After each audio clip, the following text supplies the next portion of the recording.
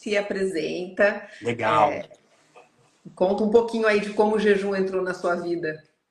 Passando bem rapidamente a minha história, eu sou capixaba, fui muito cedo morar em Belo Horizonte, fazer faculdade com 17 anos, em busca aí do sonho de se tornar médico. Então, me formei muito novo, com 23 anos, e eu sempre gostei muito da parte clínica. Então, eu tive uma influência de um professor que era nefrologista. Então, eu comecei a ter essa tendência e gostava muito dessa parte fisiológica renal. Então, eu fiz clínica médica e nefrologia, que foi minha primeira especialidade. E, bom, metade aí da minha residência médica, vendo os casos crônicos e mesmo estudando ali durante 6 anos, de faculdade, e não só isso, mas também dentro da especialidade, tudo que eu fazia ali me deixava muito frustrado, porque mudava a realidade dos meus pacientes que eram renais crônicos. Não tinha como mudar aquela realidade. Então foi aí que eu comecei a pesquisar, a entender um pouco mais da parte da fisiologia humana, entender o sistema como um todo. E a partir de 2012, 2013, comecei a aprofundar meus estudos dentro de uma medicina mais sistêmica, uma medicina integral, uma medicina funcional. Então, somos praticamente eu e você da mesma data, né, de pós-graduação, de estudos, de Sim. cursos, mais ou menos dessa época. E a nossa jornada nunca parou. Então, comecei esses estudos e desde então não parei mais de estudar. E uma das coisas que eu sou mais apaixonado é o jejum intermitente, que veio na minha vida porque eu entendo que realmente foi um propósito, né? E hoje a gente sabe que a gente vive em uma pandemia de obesidade, de doenças crônicas, e o jejum é uma baita ferramenta ali, como alicerce principal para tratamento, e não só tratamento, mas prevenção das doenças crônicas. E aí, realmente, eu comecei a adotar o jejum como estilo de vida na minha vida, e não só na minha vida, mas da minha esposa, dos meus familiares. Comecei a ter respostas incríveis ali nos meus pacientes, não só no emagrecimento, mas nas doenças, na parte metabólica de diabetes, na parte de esteatose hepática, tudo que está relacionado com a resistência insulínica e totalmente o oposto do que a gente aprende na faculdade. Para cada sintoma, Exatamente. você realmente prescreve algum remédio ou realmente é muito vinculado a isso, né? Eu sei a dificuldade que os colegas médicos, os profissionais da área da saúde enfrentam quando realmente eles olham assim, caramba, tem um outro caminho a ser seguido além da parte medicamentosa. E é isso que a gente tem que passar, a nossa experiência aqui para os colegas, que sim, existe um outro caminho que você pode conduzir através da medicina funcional, integrativa, dentro desse aspecto que existe, né, de jejum intermitente, terapias injetáveis, da ortomolecular, existe um arsenal gigantesco além da medicina cartesiana. E aí, realmente, a gente se apaixona e não consegue largar mais, transforma a vida dos pacientes. E não só isso, também ensina colegas médicos como realmente a ter essa visão mais sistêmica do paciente, porque, de fato, isso é a base da fisiologia, né? O corpo. Infelizmente, na faculdade, a gente não aprende a tratar saúde, né, Wesley? A gente não tem. Gente, eu não tive nenhuma aula sobre alimentação. Eu tive uma aula sobre vitamina, acho que uma aula sobre mineral, dentro da bioquímica, com zero correlação com a clínica. A gente aprende o que é carboidrato, o que é proteína, o que é gordura, quanto de caloria tem cada um, que órgãos que usam mais um ou outro, como é que funciona ali a digestão de cada um. Ponto. A gente não entende que as calorias de tipos de gorduras, de tipos de carboidrato, de tipos, né, de alimentos diferentes, elas vão ser processadas de formas diferentes pelo nosso corpo. Nunca falaram pra gente que o horário que a gente come interfere em como esse alimento vai ser utilizado pelo nosso corpo. Então, até para os próprios profissionais de saúde que estão ouvindo a gente, não tem nada errado com o que a gente aprendeu na faculdade, Exato. né? Para tratamento de doença aguda, o tratamento que a gente aprende na faculdade é fantástico, né? Para um infarto, para um derrame, né? Para um trauma. Agora, para manejo tanto de doença crônica, quanto acho que o mais importante sempre, prevenir doença, a gente não aprende na faculdade. Então, a gente se limitar só a isso e ficar focado só nisso, vai acontecer o que aconteceu com você, o que aconteceu com inúmeros colegas que a gente conhece. Frustração. Exato. Né? Tanto é que a gente vê, tem dados aí que mostram que mais de 70% dos médicos são frustrados com a profissão. E vários outros profissionais da área de saúde também têm essa frustração. Porque gostaria de ajudar muito mais. A gente entra na faculdade com outra ideia. Um Né? sonho, uma ideia totalmente diferente, né? E aí a gente precisa entender que a gente tem que buscar fora essas informações.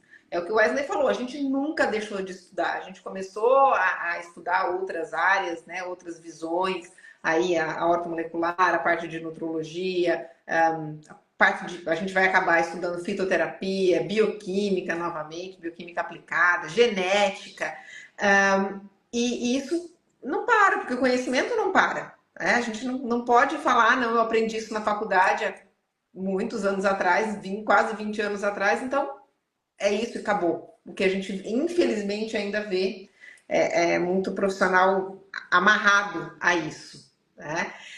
Jejum, a gente escuta muito falar, é modinha, né, Wesley? Não só modinha, mas uma coisa perigosa, é algo que pode desacelerar o seu metabolismo, deixar você fraco. Existem muitos mitos, muitas crenças por trás do jejum que impedem das pessoas experimentarem ou vivenciar esse estilo de vida. E eu falo isso não só o público leigo, vamos dizer assim, né? Mas principalmente os profissionais da área da saúde, porque jejum é uma coisa que na faculdade esquece, aí que não falam mesmo, né? Não falam mesmo de jejum intermitente. Né? Então, sinceramente, eu não tenho perspectiva que isso vai mudar. Né? Não tenho perspectiva, porque realmente não vai ter um lobby por trás de um jejum. Infelizmente, a gente sabe que o Não jejum dá para intermitente patentear o jejum. não dá para patentear e a gente sabe o quanto que é difícil. Então, tem esse entrave das crenças, dos mitos por trás do jejum, e existe uma mídia que também fala muito mal. Volta e meia, sai umas matérias aí meio desconectas a É isso que respeito eu do... ia perguntar. E a maior parte do que quem eles chamam para fazer essas matérias são muitas vezes profissionais de saúde. A gente vê muitos profissionais de saúde condenando o jejum. Por que ainda tem esse medo do jejum? Ou, né, como é que o profissional de saúde podia olhar para o jejum de uma outra forma? Assim, ó, isso eu falo que já está mudando um pouco mais, né? Agora, acho que é por falta de conhecimento mesmo, viu, Vivian?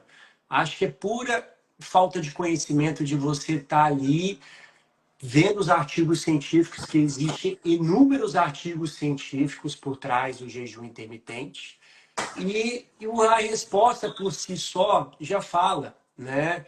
Eu vejo que assim, e não só restringe a nutricionista, mas principalmente médicos, né? Que é uma ferramenta ali que você vê que no manejo de uma diabetes é fantástico, no manejo de um intestino inflamado, de uma desbiose intestinal, de tudo que assim, e fora a parte de prevenção. Então, acho que o primeiro ponto é a questão da falta de conhecimento, né? Vou falar abertamente, é falta das pessoas pegarem, ler os artigos, verem isso na prática, preguiça mesmo.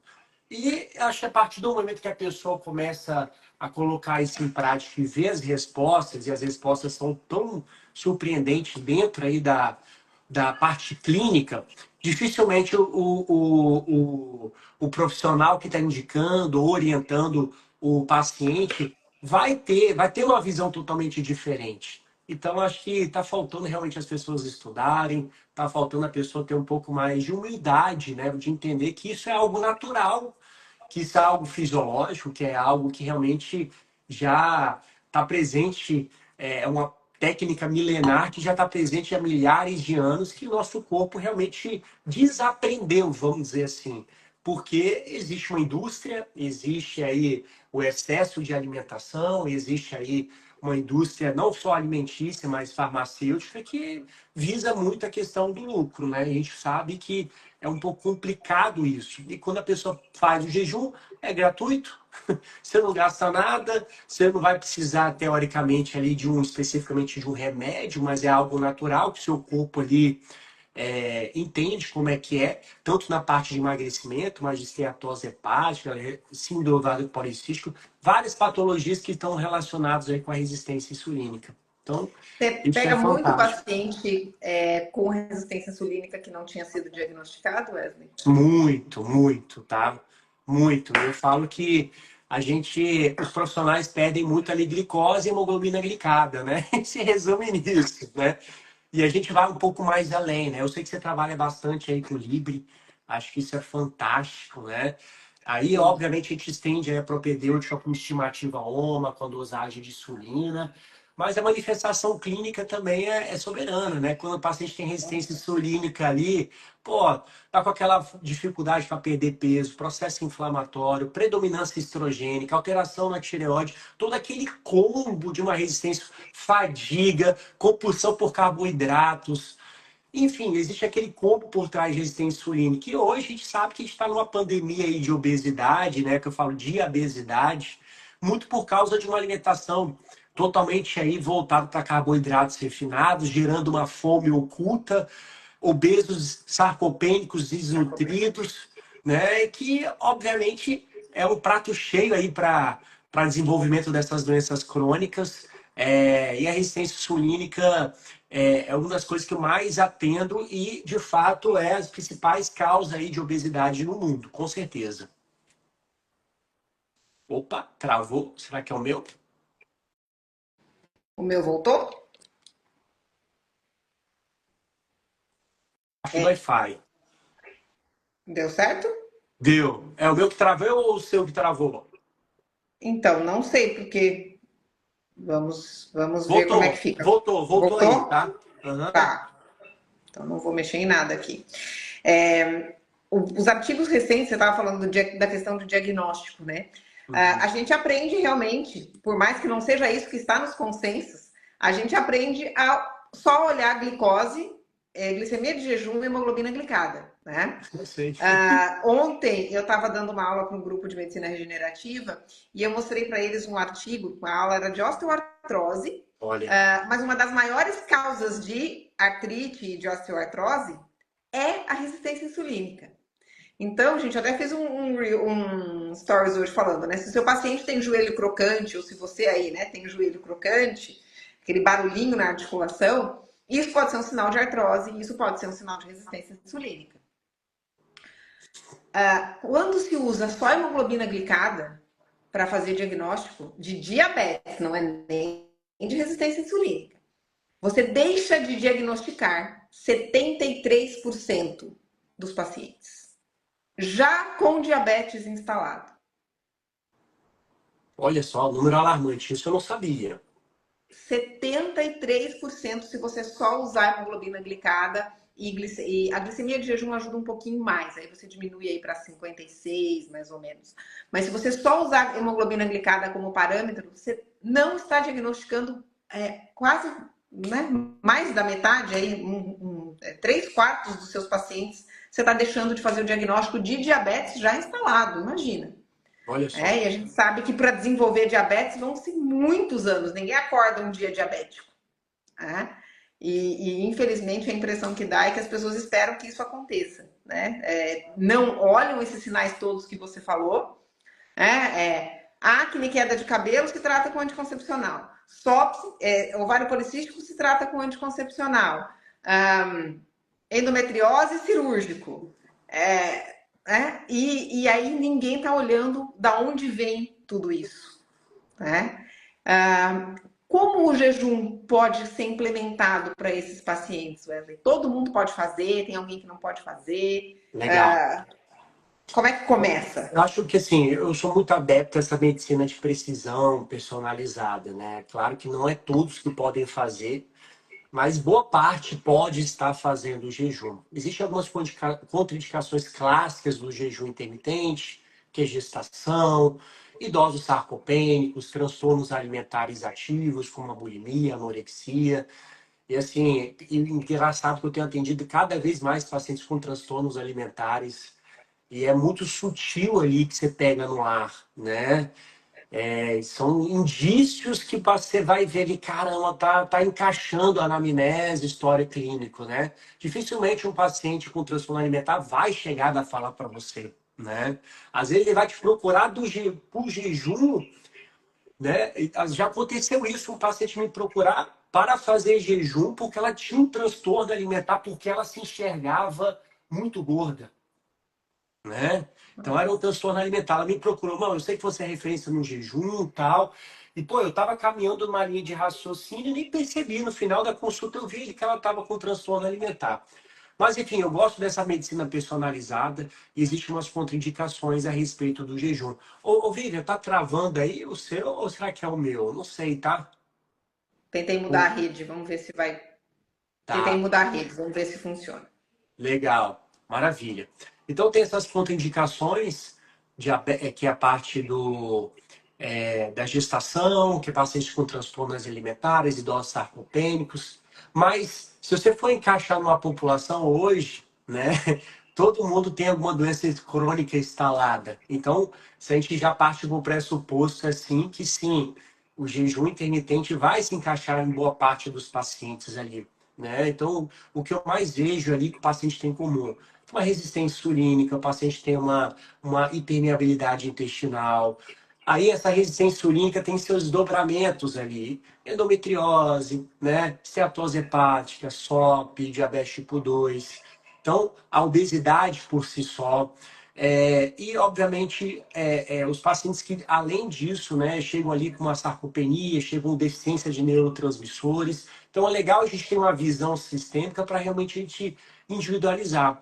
Então, nesses pacientes que você citou, nesses casos de endometriose, quantos e quantos pacientes vão se beneficiar? É só o jejum? Claro que não, né? Existe uma alimentação anti-inflamatória por trás disso, existe uma suplementação por trás disso, existem tratamentos integrativos de é, terapias endovenosas, terapias injetáveis de uma maneira geral, que favorece esses tipos de tratamento, tanto na esteatose hepática, na endometriose. Então, como a gente tem essa visão sistêmica, o jejum é mais uma arma, uma ferramenta que nós podemos estar implementando, que eu uso como base do tratamento, um alicerce ali principal. Não é todo mundo que eu chego já indicando de cara um jejum intermitente. Primeiro, talvez você tenha que reeducar a alimentação do paciente, tirar os carboidratos refinados, melhorar o processo inflamatório. Aí você começa com jejuns mais curtos, vai estendendo o jejum. Ele é mais uma ferramenta. Hoje mesmo, eu atendi uma paciente agora no início da tarde, com queixas de dores musculares, já com osteoartrose totalmente ali instalada e fato, tá ali, resistência insulínica, insulina alta, figurinha de livro, igual você me disse ali, igual você bem citou, né? Mas sabe o que é o mais interessante disso tudo? O padrão alimentar dela não era tão errado. Claro que os pacientes também, a gente também tem que ficar com uma pulga atrás da orelha. Eu pensei assim, será que ela tem uma alimentação tão boa assim? Mas enfim, aí ela falou que não consumia lácteos, não consumia trigo, não consumia açúcar. E, de fato, assim, ela tinha um histórico muito pesado de dores articulares, de processo inflamatório, mas era uma resistência insulínica por trás disso, né? E é claro que a alimentação dela já começou a ter uma mudança, mas ela era sedentária, o intestino totalmente permeável. Ela estava. Aí tem os seus desdobramentos. Ela já estava com um hipotiroidismo instalado, que facilita muito essas dores Com certeza. musculares, articulares. É por causa disso, realmente, uma resistência insulínica leva uma predominância estrogênica e uma alteração da tireoide. Então, assim, é claro que a gente tem que ter essa visão sistêmica, mas é claro que eu também personalizo. E sim, o jejum é mais uma ferramenta que a gente pode estar utilizando no manejo dessas doenças crônicas. E querendo ou não, é o que mais aparece no nosso consultório, na nossa clínica. Um paciente Com ali com uma certeza. fígado gorduroso, endometriose, com o desejo de emagrecer, que já tentou vários tipos de tratamento, mas enquanto usa determinado tipo de remédio, até tem emagrecimento, mas tem um efeito rebote. É Enfim, isso que eu ia existem te vários. perguntar agora. Não tem como a gente não falar, né, dos análogos de GLP-1, dos As análogos de canetas GIP, emagrecedoras, né? as canetas. Como você vê isso? Isso se encaixa no seu tratamento às vezes? Isso se encaixa com o jejum? Como é que é essa utilização? Porque a gente sabe que eles têm uma série de benefícios, Claro, né? perfeito. Quando bem utilizados. Até ontem na live eu comentei, tem alguns artigos, inclusive para osteoartrose, a Olha que legal. utilização de análogos de GLP-1 e agora, né, os duplos, né, a GLP-1 e GIP. Jeep, aham. Então, assim, eles podem sim ser uma boa estratégia. Mas quando que você costuma implementar ou utilizar isso na sua prática? Olha só que legal, Vivian. Quando eu comecei a trabalhar com jejum e me encantei com essa ferramenta, era 2014. Nem se ouvia falar de Ozempic, canetas emagrecedoras. Então eu já conseguia ter uma resposta fabulosa só com jejum intermitente, né? Então, assim, os atuais medicamentos, semaglutida, tirzepatida, eu utilizo como mais uma ferramenta quando o paciente entra no efeito platô ou quando não tem mais uma resposta com o jejum intermitente. Então, assim, você corrigiu ali o terreno biológico e tal, ele teve um emagrecimento expressivo, conseguiu, mas ainda está faltando alguma coisa. Aí eu utilizo essa ferramenta. Nunca eu entro de cara, tá? Eu nunca entro de cara. Eu acho que assim, primeiro eu gosto de corrigir a parte metabólica, reeducação alimentar, corrigir as deficiências nutricionais, hormonais, a tríade ali da tireoide, insulina, intestino. Porque se você entra logo de cara, você está dando uma, como se fosse uma, criando um contexto na história do paciente, que aquilo ali é o resolvedor e aquilo que vai mudar a vida dele, e não é. Ali uma bengala, uma muleta, uma ferramenta. Então, assim, eu utilizo isso como uma ferramenta alicerce complementar no todo, mas não entro logo de cara. Eu já começo, primeiro eu sempre mudo. Aí, por isso que eu estou te falando, como eu sempre tive facilidade de adotar o jejum, de indicar, de prescrever para os pacientes, e os pacientes já têm uma resposta satisfatória, o tisepatida vem como um plus. Vem como algo ali para ajustar mais o metabolismo, para corrigir ali a parte da resistência insulínica. E claro, tem alguns pacientes que vão se beneficiar com isso. Não todos, mas alguns.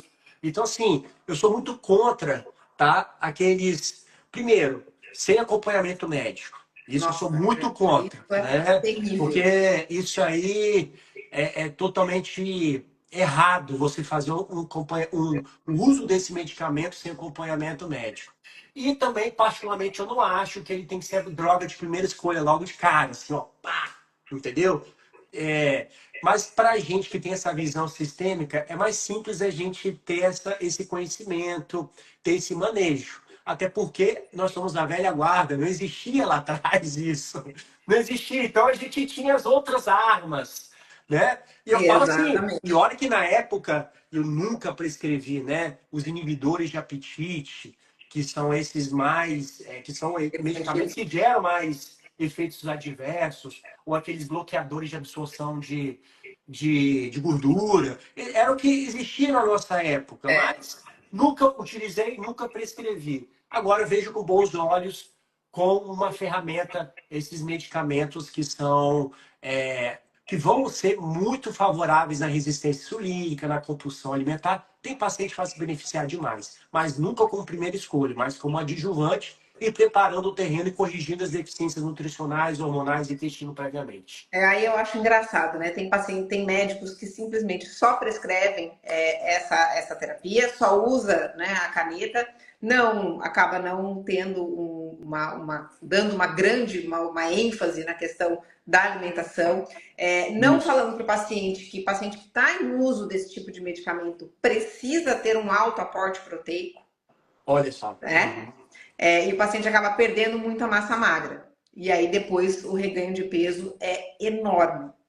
E são mesmo, muitas vezes mesmos profissionais que falam contra o jejum, né? Sendo que essas medicações muitas vezes fazem que o paciente faça o jejum. É uma restrição calórica, é exatamente isso, forçada. Não, não de uma maneira consciente ou de uma maneira educativa, mas de uma maneira quimicamente forçada, vamos dizer assim, porque o paciente não consegue comer. Exatamente. E aí acaba perdendo muita massa muscular quando não bem orientado, né? E aí a gente tem um monte de problemas relacionados com isso depois. E agora, quando faz o jejum, Wesley, ou quando está usando a medicação durante o tratamento que você orienta, como é que é essa questão de proteína, de cuidado? Porque uma das questões que muito se fala do jejum é perda de massa muscular, Uhum. né? Esse é um outro, acho que é um dos Mito, né? maiores mitos aí, né? Como é É. que é essa questão da perda de massa muscular com o jejum? Isso aí é um grande mito por trás, né? Porque você, primeira coisa que você recruta ali no jejum intermitente, você faz uma flexibilidade metabólica, né? Você vai começar a recrutar gordura armazenada e utilizar como fonte de energia. Glicogênio, depois a gordura armazenada, principalmente a gordura visceral.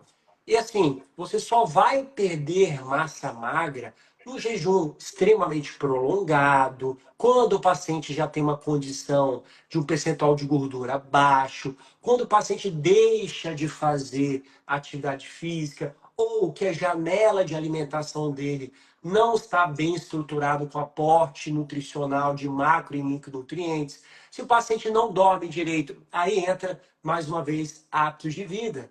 Que nós somos médicos que temos esse hábitos de vida. Não adianta você fazer um jejum e não dormir bem, não adianta fazer jejum se você não treina, se você não se suplementa quando necessário, se você se alimenta. Não é jejuar por jejuar. Existe uma janela de alimentação que é específica principalmente para as pessoas não perderem massa magra e, inclusive, até ganhar massa magra. Porque, sim, é possível você ganhar massa magra fazendo Eu jejum ia perguntar intermitente, se é possível, porque eu né? também já, né, a gente ouve muito, e inclusive de profissionais de saúde que desconhecem, que o jejum impossibilita a hipertrofia. Não É, tem como ganhar massa magra fazendo jejum. né? É claro que não é a primeira estratégia, Sim, obviamente, né? A gente, mais uma vez, entra a parte da biologia, da bioquímica e principalmente do biotipo da pessoa. Tem aquelas pessoas longilíneas que você tem que ter cuidado, né? Então, por exemplo, eu não posso, eu sou uma pessoa longilínea, eu sou ectomorfo. Então, se eu fizer muito jejum, eu vou ter dificuldade para ganhar massa magra. Então, assim, eu tenho que ter um cuidado redobrado, treinos de alta intensidade, descanso, suplementação, equilíbrio hormonal. Então, exatamente isso. Então, para perder massa magra no jejum, você tem que fazer um esforço muito grande ou você está fazendo muita coisa errada. Para ganhar massa magra, aí você tem que estar muito bem equilibrado os aspectos hormonais, suplementares e alimentação e individualizar cada paciente. Tem aqueles pacientes que respiram e ganham músculo, né? E tem outros que respiram e também perde. ganham gordura. Perde e ganham gordura, né? Então, aí entra a beleza dessa medicina mais personalizada de precisão, né? Individualizar, né? Não dá para Exato. ser a Não mesma dá. caixinha para A todo mesma mundo. receita de bolo, sem engessar esses pacientes. Então, assim, isso vai. E nós, como temos esse manejo integrativo, a gente vai. A própria experiência vai nos conduzindo a isso, a nossa sensibilidade, né? É claro que eu, como médico de 15 anos atrás, eu não tenho a sensibilidade, eu não tinha a sensibilidade que eu tenho hoje de olhar, de sentir, de olhar o que o paciente tem. Isso só com o tempo, né? E eu sei que tem colegas Com o que tempo e correm, estudando, né? Porque eu acho que um estudando e dos praticando. objetivos quando a Praticando, gente né? faz essas imersões, eu sei que você também agora tem, né, as imersões Exato. para médico, eu acho que o principal é você encurtar essa curva de crescimento, de aprendizado. Né? A partir do momento que a gente compartilha, olha, gente, isso aqui eu já fiz, já errei aqui, já bati a cabeça aqui, isso aqui não funcionou, ou eu deixei de olhar isso aqui, e aí com isso, né, perdi muito. Quando a gente faz um curso, principalmente uma imersão, o objetivo realmente é compartilhar isso. Não só compartilhar o que tem de novo em artigo científico, mas compartilhar o que funciona no dia a dia. E encurtar essa curva de crescimento, que para nós foi tão longa, E mesmo assim um pouco menos ainda, porque a gente teve, né, a gente, graças a Deus, teve grandes mestres aí que nos ajudaram a Exato. encurtar um pouquinho essa curva de aprendizado. Mas o objetivo de estar se atualizando, não só lendo artigos, mas com outros colegas, e muitas vezes, principalmente nos cursos presenciais, a gente tem também essa oportunidade dessa troca. Gente, a gente aprende muito, e essa curva de aprendizado, o tempo dela achata bastante. Por isso que é muito importante ter esses momentos, né? Eu falo que assim, a gente consegue formatar, condensar 10, 15 anos numa imersão do que funcionou, do que na prática, não é à toa que é hands-on, né? O que eu faço, o que funciona, né? E não fica só na Exatamente. teoria. Eu sei que você tem as suas imersões, você fala, cara, eu faço exatamente isso aqui e isso vai funcionar, né? Então, as imersões servem para isso. As imersões servem para você pegar nós que temos essa imersão, formatar e entregar ali, ó, faça isso que vai dar certo. E pensando em desafios aí, Wesley, o que você vê o que é mais difícil para o paciente para ele começar, ou que desafios que ele enfrenta aí nesse processo de colocar o jejum na vida dele? A sociabilidade. A sociabilidade das pessoas e também as pessoas não querem abrir mão disso, né? E eu falo assim, você não precisa abrir mão, você não precisa ser antissocial, tudo, mas tem um equilíbrio. E as pessoas não têm esse equilíbrio, ou seja, não tem essa balança. A balança é sempre muito desregulada, ou é de mais ou é de menos, mas o que eu mais vejo é demais. Final de semana bebendo demais, se alimentando totalmente de uma maneira errada. É claro que assim, né, Vivian? Eu falo que o jejum, ele é um estilo de vida. Quando você entende isso como estilo de vida, não como uma dieta que tem início, meio e fim, mas como algo que você pode estar levando para a sua vida, principalmente como prevenção de doenças, longevidade. Meu Deus, quantos e quantos benefícios que a gente vai ter aqui com o jejum. Mas é, a pessoa ela incorpora isso e ela vai percebendo que vai sendo fácil, que vai sendo intuitivo e que não vai ser tão sacrificante como ela imaginava. Então, assim, quais são os desafios? Primeiro, na minha opinião, é a sociabilidade. Segundo, achar profissionais da área da saúde que sabem conduzir isso de uma maneira ética, de uma maneira legítima, de algo que realmente funciona, certo?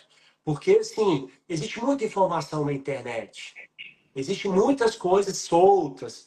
Eu também, assim, ó, sério, agora tem a era da inteligência artificial. Aí começa a aparecer um monte de vídeo de inteligência. Cara, eu vou ficando perdido por trás disso, né? Eu fico imaginando as pessoas buscando informações de saúde. Agora, eu me coloquei no lugar, porque é tanta coisa de inteligência artificial que não sei o que é essa plataforma, não sei o que. Eu falei, meu Deus, quanta informação, né?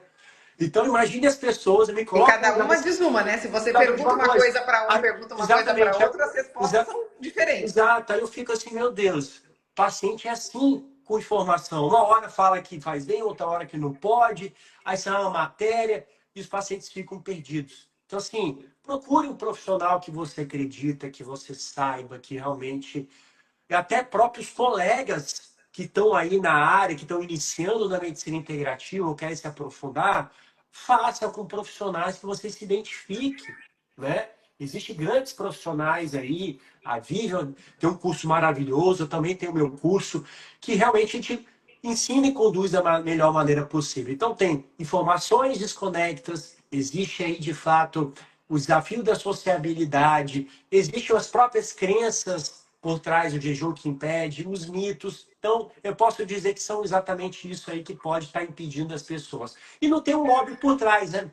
Que é outro desafio aí também, porque quem pratica o jejum, quem vai se beneficiar é pura e exclusivamente o praticante, né? A pessoa, não vai ser terceiro, vai ser a pessoa que vai estar fazendo isso ali, porque é algo natural e fisiológico.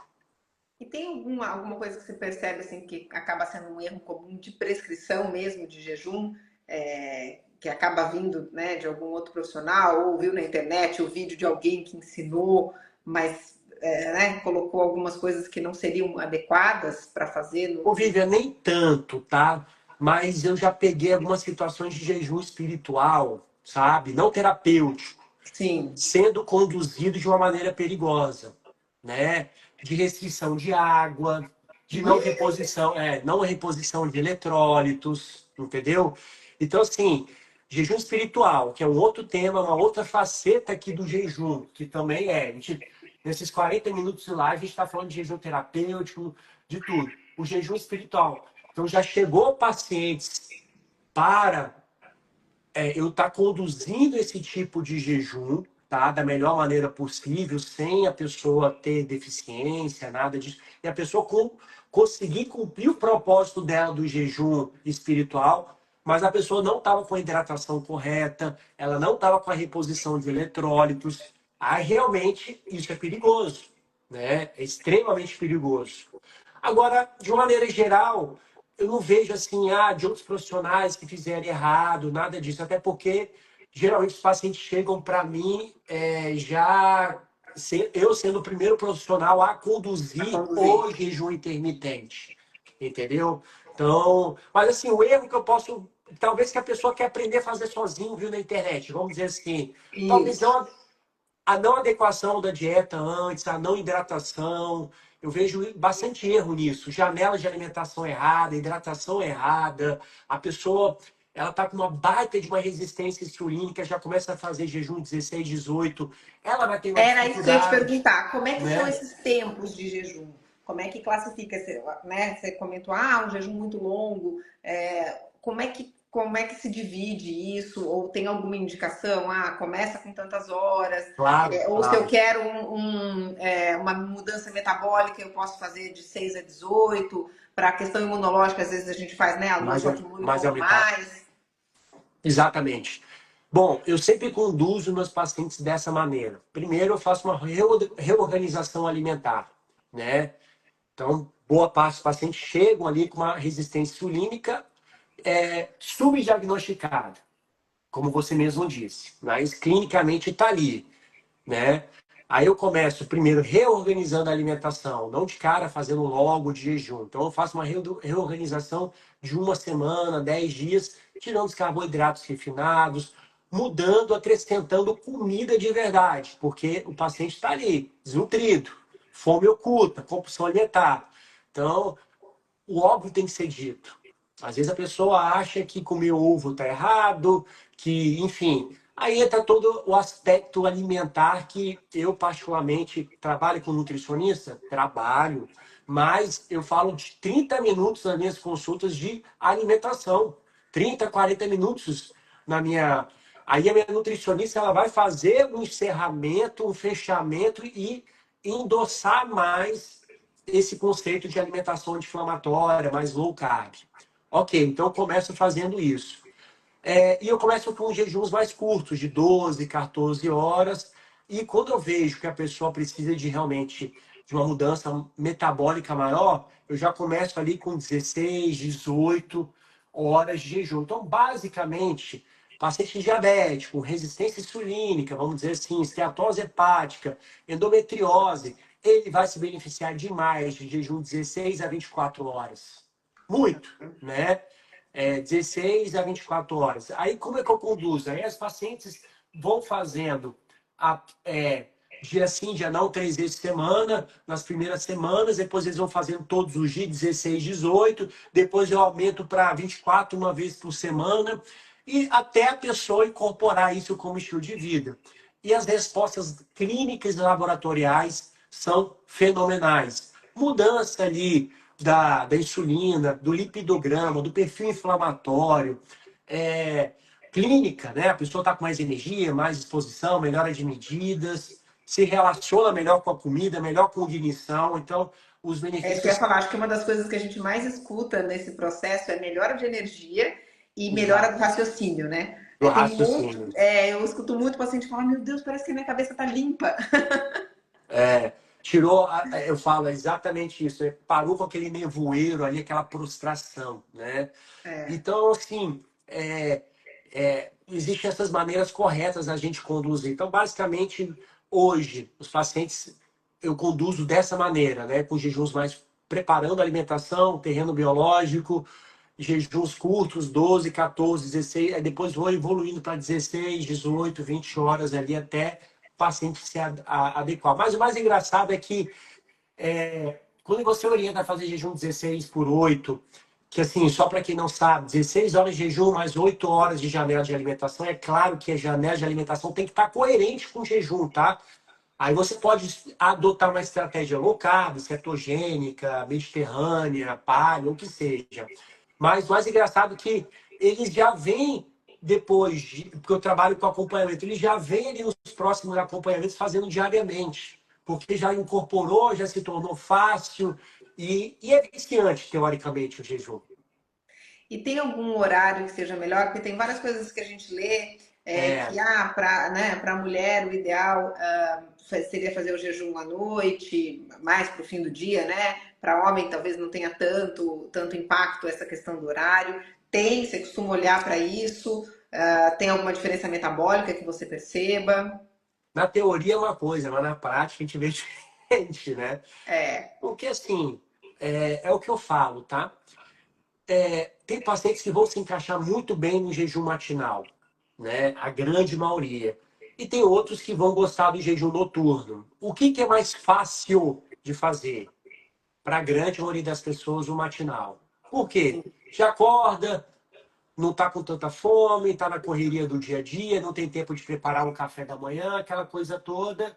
E tomou uma água, já dá uma tapeada, um cafezinho preto, um shotzinho, já consegue dar começar bem amanhã, né? Claro que, assim, quem dera se todo mundo fizesse isso, né? Quem dera se todo mundo fizesse isso. Então, geralmente, na parte da manhã, as pessoas conseguem fazer mais fácil. À noite, o que implica é um pouco a questão da sociabilidade, ou muitas vezes o paciente é o único momento que ele está em família ali com os filhos para jantar, ou muitas vezes quinta e sexta-feira o paciente tem um ritual de sair com a esposa para jantar, tomar um vinho. Então, é um pouco mais complicado você fazer um jejum noturno, mas tem pessoas que preferem, né? Como é que eu conduzo? Geralmente eu sempre pergunto, o que é mais fácil para você? Pular o jantar ou pular o café da manhã? É essa pergunta-chave. Se a sim. pessoa fala, prefiro pular o café da manhã, beleza, você faz jejum de manhã. Ah, não, e o jantar? Tem uns que vão falar, cara, jantar, eu não sinto fome, até eu prefiro chegar em casa e tomar água e dormir. Tem paciente que fala isso, né? É raro, mas acontece. Aí tem outros que Sim. preferem jantar, né? Então, a pergunta clássica é, qual horário que você prefere, qual refeição que você prefere pular? É o café da manhã ou é o jantar? Aí a gente faz essa parte personalizada. A grande maioria prefere pular o café da manhã. Ótimo. O que dá para fazer, né? O que ajusta melhor no dia a dia do paciente. Exatamente. Ó, tô vendo que tem Exatamente. É o que dá para fazer, exatamente. Tô vendo que tem bastante gente entrando, gente, só para contextualizar. Então, a gente está aqui com o Dr. Wesley falando dos impactos do jejum no metabolismo, o quanto o jejum intermitente nos ajuda no controle de glicemia e de insulina. E essa live faz parte de uma série de lives da nossa imersão do Metabolism, que é o curso que vai acontecer em São Paulo, dias 29 e 30 de agosto. Então, todo mundo que for profissional de saúde, médicos e profissionais de saúde que quiserem mais informação, só comentar aqui quero, que aí vocês recebem as informações. Se você está assistindo essa live depois também, só comentar quero aqui nos comentários, que aí você já vai ter todas as informações sobre o nosso curso. E aproveito para convidar vocês quinta-feira para uma aula fechada, uma masterclass só para profissionais de saúde, sobre os impactos da glicemia, da insulina na tireoide. O Wesley comentou aqui, né, que é muito comum a gente receber esses pacientes com resistência insulínica e alterações de tireoide, porque existe aí um elo enorme, né, tanto da tireoide alterando a insulina e o metabolismo da glicose, quanto o inverso, né, a resistência insulínica levando aí uma série de problemas tireoidianos. Inclusive formação de nódulos, que é uma coisa que a gente está vendo muito aí no dia a dia clínico, né, Wesley? Você está tendo muito paciente com problema de Muito, tireoide? muito, muito. Muito por causa dessa resistência insulínica, né? Muito, muito, né? Por causa do padrão alimentar. Então, não é incomum a gente tem essa casadinha aí sempre, né? Se tem, e processo inflamatório, meu Deus, é o que mais tem. Lipedema, nossa, quantos pacientes com lipedema? Não sei se você já percebeu o Vivian, né? Boa parte dos pacientes com lipedema tem uma disfunção tireoidiana Com ali, certeza. né? Tem.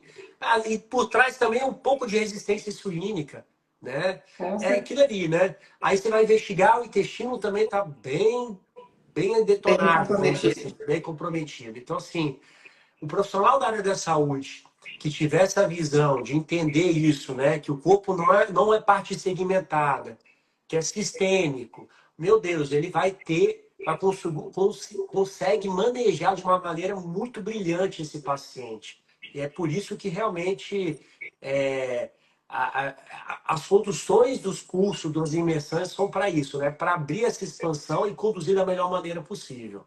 Com certeza, porque cada vez mais a gente está recebendo paciente que quer ser visto como um todo, né, Wesley? Os Exato, pacientes estão exato. cansados de, eu fui no gastro e ele só, né, só prestou atenção no estômago, não olhou nem no intestino, É, né? Então, o cardiologista só se preocupou com o colesterol. E aí acaba sendo também muita informação e esse paciente fica perdido, querendo um olhar integral, querendo ser visto como pessoa, não só como algumas bom, doenças, né, desconectadas aí. exatamente. Uma outra coisa que eu queria te perguntar, eu tenho muito paciente com hipoglicemia reativa. Olha, E aí, tem muito paciente com hipoglicemia que tem medo do jejum. uhum. Como é que você conduz esses pacientes? Você também tem? Como é que é? Mas como assim, quando você fala de hipoglicemia reativa, é aqueles pacientes que estão com a resistência insulínica Isso. E aí, e no final da curva glicêmica, despenca, tem, né? Tem uma é, insulina bem alta e aí depois com uma glicose ou de seja, 2 horas aquele ou de... padrão de comer de 3 em 3 horas, né? Então, Isso, exatamente isso. Como é que eu conduzo, né? Primeiro, eu começo a reduzir os carboidratos refinados para achatar essa curva, né? isso, Porque a curva é da mesma maneira que ela sobe, ela vai descer. Aí nessa queda que vai ter essa hipoglicemia. Aí realmente isso. gera essa dúvida. Poxa, eu tenho hipoglicemia, eu posso fazer jejum? Mas peraí, você tem hipoglicemia porque você se alimenta totalmente Era errado, isso que eu queria que você comentasse. né? Você se alimenta totalmente errado. É por falta de açúcar, né? E Isso. geralmente a pessoa pensa exatamente isso. Peraí, então, se eu É. tenho hipoglicemia, eu tenho que comer de 3 em 3 horas. E Ou eu criou-se, preciso comer mais carboidrato, o que é mais pior ainda, carboidrato, né? mas peraí, seu corpo não foi preparado para isso, esquece, seu povo foi privado. Na era paleolítica, tudo bem que existiu uma evolução por trás disso, mas a gente não precisa muito lá atrás. Na época dos nossos avós, eram 3 refeições muito bem estabelecidas, um café da manhã, almoço e jantar, está tudo certo. Não existia essas colações ou lanches entre as refeições. Então, assim, A se, ceia que me mata. a ceia, cara, vou tomar whey antes de dormir. Cara, na minha época, eu lembro, cara.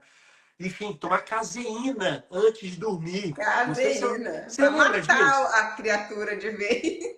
Matar a criatura e destruir a microbiota intestinal. Ah, não, você vai tomar uma caseína, que é uma proteína de liberação lenta para você à noite. Cara, bizarro isso, bizarro, né? Bizarrice total.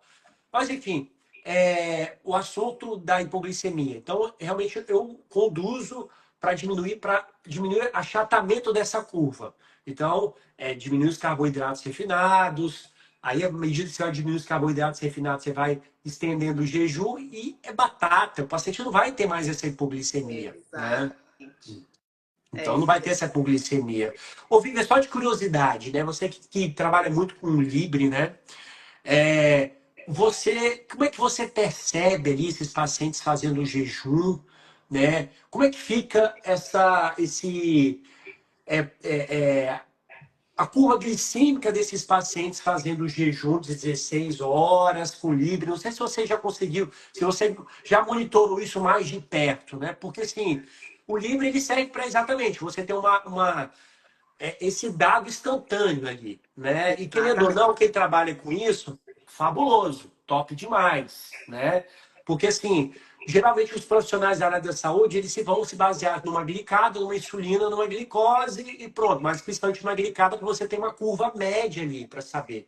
Como é que você vê ali durante o jejum, pós-prandial? Como é que é isso aí no Libre, assim? É Só super interessante. O Libre, para quem não conhece, gente, é um dispositivo de monitoramento contínuo de glicose. Então, é um aparelhinho pequeno que o paciente vai colocar no braço.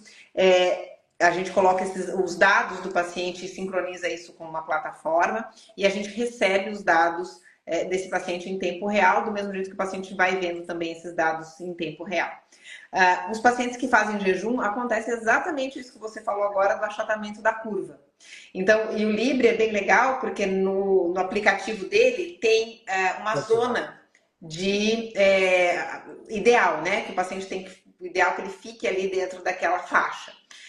Então, os pacientes fazendo o jejum e fazendo o desjejum, né? A quebra do jejum de forma correta, que legal. você percebe que eles ficam quase com uma linha reta. Um paciente, né, uma pessoa que não está seguindo uma alimentação correta, que não está, enfim, está comendo uma grande quantidade de carboidrato, o Libre, o gráfico dele parece um eletrocardiograma. Ele tem vários picos o dia todo, bastante alteração. Então, o objetivo sempre, quando a gente usa qualquer tipo de estratégia, mas principalmente quando a gente usa o jejum, a gente vê esse achatamento mesmo da curva. Fica uma curva muito mais... Mesmo quando o paciente se alimenta, essa oscilação, ela é pequena, né? Ela tem uma subida bem mais leve da glicose. E é muito interessante para o paciente ver isso. Então, eu tive um paciente esses dias... intuitivo, né? eu tive um paciente esses dias que me mandou uma mensagem, é um paciente que, na verdade, eu também sou cliente dele, e aí ele tem no meu celular, ele me mandou uma mensagem indignado. Ele me mandou a foto do Libre, um pico de glicose. Ele vive, eu comi 2 colheres de arroz, e 2 colheres pequenas, não 2 colheres de buffet. Falou, isso é muito injusto. Eu falei, pois é, mas o seu organismo não metaboliza essa glicose de forma adequada. A gente não foi feito para comer essa quantidade de carboidrato que a gente consome, né? Que massa, cara. Pô, é um dado aqui, exatamente. Então você tem um dado a mais, um manejo mais de perto e serve realmente, interessante, né? Serve como algo didático ali para o paciente e também Total. educativo. Educativo. Eu acho que a principal parte do Libre é essa. É educativo, Então, né? uma das coisas que a gente vai trazer no Metabolizinho, que é o que eu vejo no dia a dia, tem até um vídeo da minha Nutri falando sobre isso. A minha Nutri ama, por mim, ela colocava em todos os pacientes o tempo todo. Pois é, aí, qual a indicação que você tem feito, os critérios iniciais, assim? Fato, uma Então, resistência insulínica, óbvio. porque sempre eu peço curva glicêmica dos pacientes, né? Então, paciente que tem uma curva muito alterada ou tem essa hipoglicemia reativa, eu gosto de fazer. Pacientes que não estão aderindo à dieta, porque aí ele consegue visualizar. Então, é esse perfil educativo que o Libre traz, eu acho que é o ponto mais importante. Legal. Ele consegue comer e olhar e falar, putz, deu ruim. A médica e a Nutri estavam certas, não era só chatice. Isso aqui realmente não me faz bem, né? Então, e o paciente vai aprendendo como é que o organismo dele funciona. E eu fico imaginando, legal, e quando o paciente faz uma atividade física ali vigorosa, também tem, porque vai ter uns vieses por trás disso, atividade física, um sono reparador ou não. Né? Então, olha que Por exemplo, interessante. uma indicação que eu uso muito o Libre é para pacientes que não conseguem manter o sono. Tem muito paciente que acaba tendo interrupção do sono por hipoglicemia durante a noite. É mesmo? Muito. Principalmente paciente bariátrico. Sim. Paciente bariátrico faz muita hipoglicemia, mesmo que ele tenha já melhorado um pouco mais o perfil glicêmico. Mas como tudo que faz o esvaziamento gástrico ser muito rápido, vai fazer um pico de insulina. Né? Quanto mais lento o esvaziamento gástrico, mais lento fica esse aumento da insulina. Como para o bariátrico esse fluxo é muito rápido, praticamente tudo que ele come, às vezes mesmo numa dieta mais low carb, ele faz pico insulínico. E aí depois ele tem uma hipoglicemia reativa. E muitas vezes ele acorda à noite por conta disso. Que Então, legal. a paciente bariátrica é um dos que eu mais utilizo o Libre e é incrível ver os resultados. Legal. Serve de alerta, serve de. Eu falo que serve realmente. Principal, você cantou a pedra, a educação, né? Porque o paciente, não, mas aqui é uma inocente suco de laranja, né? Inocente suco de Esse o uva. Libre faz lá assim, ó. E agora é É, bom que o Libre novo, ele apita. Ele avisa quando a glicemia está mais alta do que deveria ou mais baixa do que deveria. Nossa, aí é um festival. É um festival. Mas realmente, legal. o que você falou, tem que ter cuidado com alguns vieses, porque o Libre ele não está vendo a glicemia capilar, ele está vendo a glicemia intercelular do Isso. tecido. Então, tem algumas questões aí que vão mudar, isso a gente vai falar bastante no curso. A gente tem que estar atento a alguns perfis, entender que aquilo não necessariamente é 100% realidade, né? A gente tem que saber interpretar esses números. Eu falo, a gente não pode olhar só para a glicemia de jejum, que é só uma foto, mas mesmo o Libre, a gente tem que olhar além dos números, porque aquilo ali é um norte, mas não é uma sentença. Maravilha, top. Muito bom mesmo, legal. É bem Vou bacana. começar a aderir a alguns pacientes específicos, né? É muito Porque, legal. porque tem paciente que não vai saber, não tem a noção da alimentação, né? Ah, isso aqui é uma simples. Eu fico imaginando no álcool. Como é que deve ficar isso no álcool, bebida alcoólica? Como é que deve sair apitando, né? Sai mesmo. Interessante, muito Sai bom. mesmo. É muito interessante. E não só com frutas. É mesmo? Nossa, eu tenho resistência insulínica, né? Eu tenho que me cuidar sempre. E eu já usei o Libre várias vezes em momentos diferentes. E aí teve uma noite que eu ia fazer jejum, mas aí cheguei na casa do Marcelo, cheguei na casa do meu marido. Aí ele, mas não quer nem uma uvinha? Eu falei, tá bom, uma uvinha. Comi lá sei lá, um pouquinho de uva. Meu Deus do céu! Eu fiz um pico glicêmico gigantesco e à noite eu fiz hipoglicemia. É mesmo, chegou a fazer uma hipo, olha só. Cheguei porque eu estava em jejum, só comi a uva, Não fui faz sentido. dormir. É, Quando a gente dorme, já tem uma baixa já natural, né, tem. da glicose. Nossa, fiz uma mega hipoglicemia reativa durante a noite por Sim. conta da uva. E tem muita gente que acha que comer fruta à noite é a melhor Saudável, opção. né? Então é muito legal para o paciente ver isso, ver o quanto isso impacta.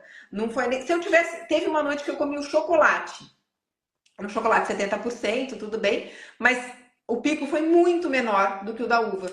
Imagino, olha Porque o só. chocolate, né, ele é rico em gordura, ele vai ter Isso. uma Diminui o absorção um pouco impacto mais glicêmico, lenta. né?